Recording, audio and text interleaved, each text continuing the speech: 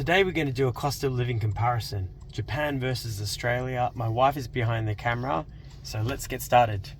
So my wife will ask a series of different categories and I'll answer them as best as I can comparing Australia and Japan in 2026. Let's get going. Okay. So probably like what we spending, not the most, but most frequently is food. So what do you think about food for like eating out as well as eating at home, like grocery shop cost? Good question. I think that overall I'm surprised how affordable it is to eat out in Japan. Like I've said in previous videos, probably we can eat for 6 people, although we have a baby, so I guess 5 people and a baby for the same price as probably one main dish in Australia. Especially for Japanese restaurants, it's really affordable to eat out in Japan. You can have a meal for as little as $8 Australian, maybe about $5 US, which is just incredible. Even some breakfast specials that they have at some restaurants, you can have those for like $3 or $4 US or around $5 Australian, including sort of like a bread, some sort of salad, and a coffee for $5. Those sorts of deals are just unheard of in Australia. In Australia, if you went to a cafe, you're probably looking at least $20 or $30.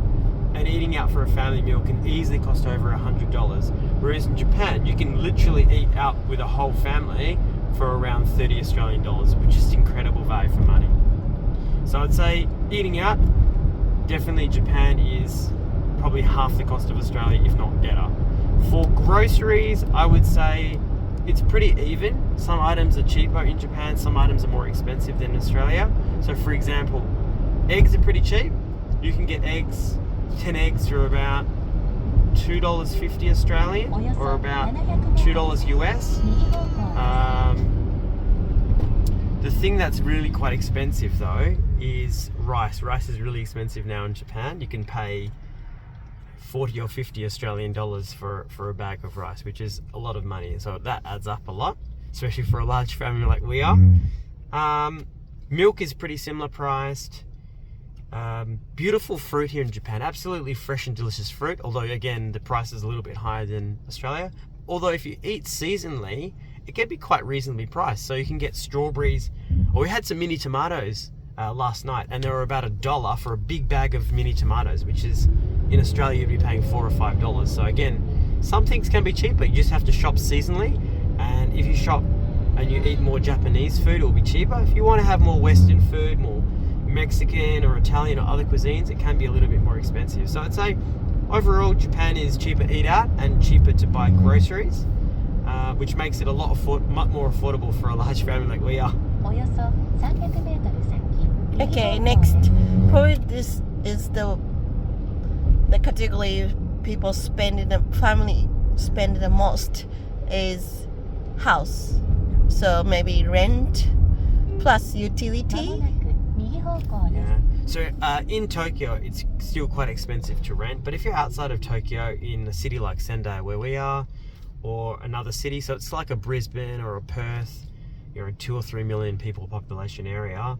Even Nagoya, Osaka, all these other major cities are all really reasonably priced. You can rent a nice family apartment for about $1,000 Australian a month. Whereas in major cities in Australia now, you're probably spending up to $1,000 per week. So it probably is only around 25 or 30% of the price to rent in Japan compared to Australia. Yes, wages are lower here, but if you're able to work remotely, or if you have overseas income, or if you have a business, Japan is a really great option in 2026. And other bills like water, electricity. Definitely, I would say gas. It's much cheaper than Australia. In Australia, our last electricity bill was like $350 Australian for a family of 6 per month. Whereas in Japan, you may be paying $100, $150, so probably half price. Water and gas are quite similar priced to Australia. Not cheap, but not expensive either. Maybe $50, $60 a month for each. I didn't touch on mortgages.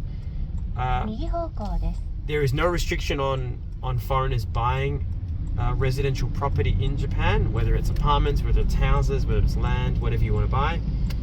There are some restrictions on farmland, but that's another category. But residentially, there's no restrictions. In terms of the cost of buying property, it's expensive in Tokyo. Yes, it's sort of international prices. It's similar to Sydney or Melbourne prices. But if you get outside of Tokyo, even 1 hour outside of Tokyo, you can buy houses for 200,000, 300,000 Australian dollars. And so these prices are genuinely like 1990 Australia prices.